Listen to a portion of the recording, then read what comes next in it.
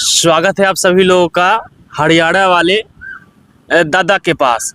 और दादा यहाँ हैं अयोध्या में इनसे मुलाकात होती है। इनसे बात करते हैं प्राकृतिक खेती। अब प्राकृतिक खेती किस तरह से होता है, इस चीज़ को आप लोग इस वीडियो में ज़रूर जान लीजिए। दादा बहुत बहुत स्वागत है आपका।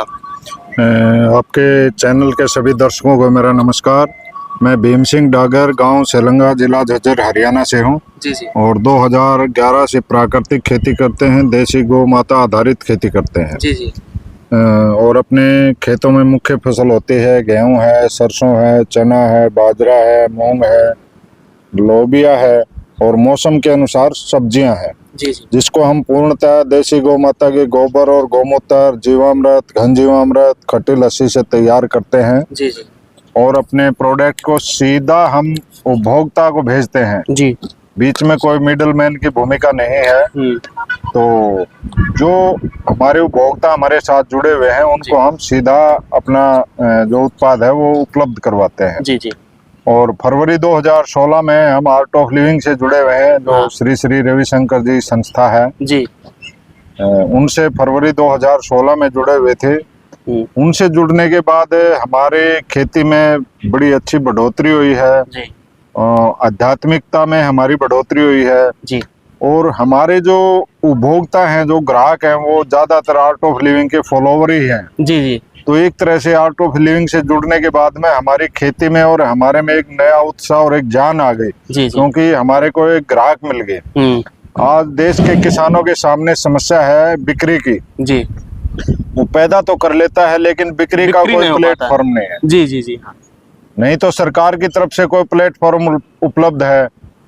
तो इसी तरह की जो संस्थाएं हैं जो आगे आए और किसानों को सपोर्ट करें कि भाई आप प्राकृतिक उत्पाद करिए, प्राकृतिक खेती करिए और हम आपके उत्पाद को खरीदेंगे, तो ये एक देश में नई क्रांति आ सकती है। जी जी। अच्छा ये बताइए दादा, जो प्राकृतिक खेती होता है गौ माता से इसमें क्या है? गौ माता देखिए, गौ माता ही इसका मूल आधार है। देसी गाय का जो गोबर है, गौमूत्र है, उसमें बहुत सारे न्यूट्रिएंट्स वैल्यू होती है। देसी गाय के गोबर में 1 ग्राम गोबर में 3 से 5 करोड़ बैक्टीरिया होते हैं जो हमारी फसल को पोषण देते हैं जी।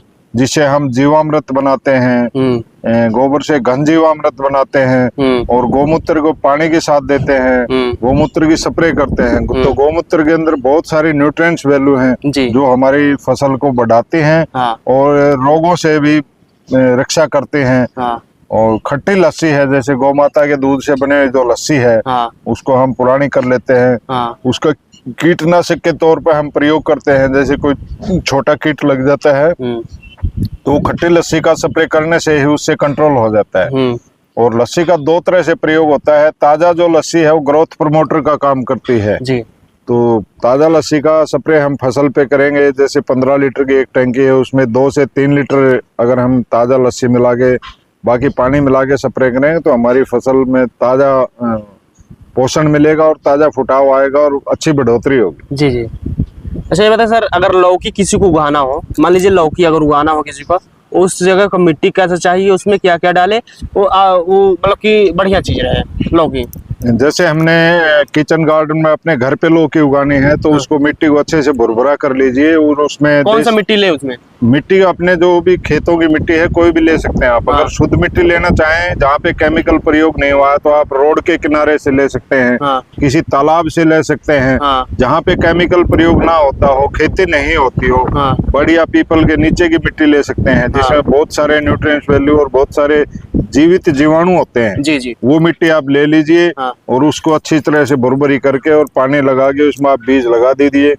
फिर उसके बाद में आप जीवामृत बना के जीवामृत उसमें डालते रहिए। जीवामृत क्या होता है? जीवामृत होता है जी, एक हम 200 लीटर का ड्रम लेते हैं, उसमें 10 लीटर गोबर, देसी गौ माता का ताजा गोबर और 10 लीटर गौमूत्र और उसमें 2 किलो डालते हैं बेसन, किसी भी दाल का आटा, जैसे हम चना मुख्य होता है तो चने का बेसन लेते हैं जी। और 2 किलो गुड़ लेते हैं उन जीवाणुओं के पोषण के लिए। और इस सारे घोल को एक 200 लीटर के ड्रम में मिला के हम रख देते हैं और 180 लीटर उसमें पानी भर देते हैं जी।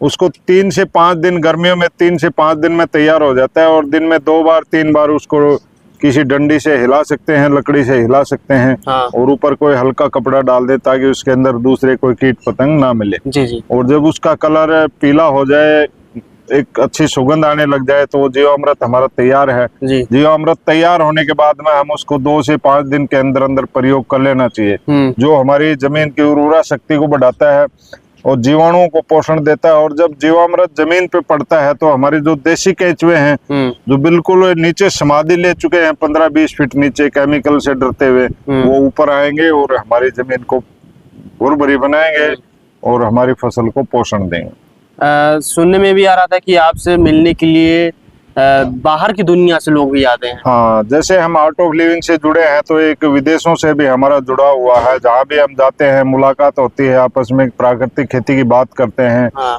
तो अमेरिका, जर्मनी, जापान, नीदरलैंड, 7-8 देशों के जो है किसान है हमारे गांव में, हमारे खेतों में आ चुके हैं। और वो देखते हैं हम कैसे प्राकृतिक खेती करते हैं और विचारों का आदान प्रदान होता है। तो वो यहाँ से सीख के और अपने देश में जाके प्राकृतिक खेती करना चाहते हैं। अच्छा, अगर आपके पास ऑस्ट्रेलिया से लोग आए तो आपको कैसा लगा था उस टाइम? बड़ा खुशी महसूस होती है। देखिए, किसान को सब गवार कहते हैं, पागल कहते हैं। हाँ। क्योंकि आजकल पढ़ा लिखा जमाना है। हाँ। तो खेती करने वाले को हम नीची नजरों से देखते हैं, निमन सतर का मानते हैं। जी जी। लेकिन जब ऑस्ट्रेलिया से या जर्मनी से या जापान से कोई लोग हमारे पास आता है तो एक बड़ा उमंग और उत्साह यानी प्राउड फील होता है कि भाई हमारे गाँव में कोई विदेशों से भी आया। हाँ। तो गाँव की भी शान बढ़ती है और हमारा भी एक ऊर्जा बढ़ती है, एक हौसला बढ़ता है कि भाई हम जो कर रहे हैं बहुत अच्छा कर रहे हैं। हाँ। क्योंकि विदेशों से भी लोग आकर्षित हो रहे हैं। प्राकृतिक खेती क्यों करें? प्राकृतिक खेती इसलिए करें कि आज बीमारियों का बहुत सारा दौर चला हुआ है। भिन्न भिन्न तरह की कैंसर है, डायबिटीज है, पता नहीं कितनी तरह की बीमारियां, हमने तो नाम भी नहीं आते हैं क्योंकि बहुत कम पढ़े लिखे किसान हैं। जी जी। और ये भयंकर रूप लेती जा रही है। जैसे पिछले दिनों कोरोना आया था, एक छोटा सा वायरस था, पूरी दुनिया को ऐसे हिला के रख दिया था। जी जी। इन सब से बचने का एक ही विकल्प है प्राकृतिक खेती। आज हमारे जो युवा हैं वो नपुंसक होते जा रहे हैं और उनकी हाइट कम होती जा रही है। और आज देखना आप स्कूल में जाके 3री, 4थी, 5वीं क्लास में पढ़ने वाले हर 3रे, 4थे बच्चे को चश्मा लगे हुए हैं। हाँ हाँ। ये सब हमारी पोषण की कमी है, हमारे शरीर में पौष्टिकता नहीं है, उस तरह उसी की कमी से विकार आ रहे हैं। और इन सब का एक ही विकल्प है, हाँ, गो आधारित प्राकृतिक खेती। जी, देखिए आप भी तैयार हो जाइए प्राकृतिक खेती करने के लिए, क्योंकि इन्हें दादा ने बताया कि प्राकृतिक खेती करने से हमारा देश सुधार होगा, हमारे लोग सुधार पाएंगे और हम सुधरेंगे तो जग सुधरेगा, ऐसा इनका कहना है। और एक किसान है, किसान से मिलने के लिए जब भारत के अगल बगल के देश के लोग जब आते हैं तो उनके अंदर इतनी खुशी मिलती है कि ये महसूस किए। और आपको बताएं कि अभी हम लोग हैं अयोध्या में।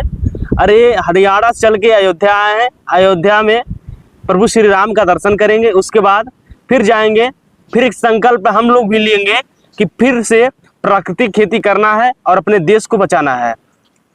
जय हिंद।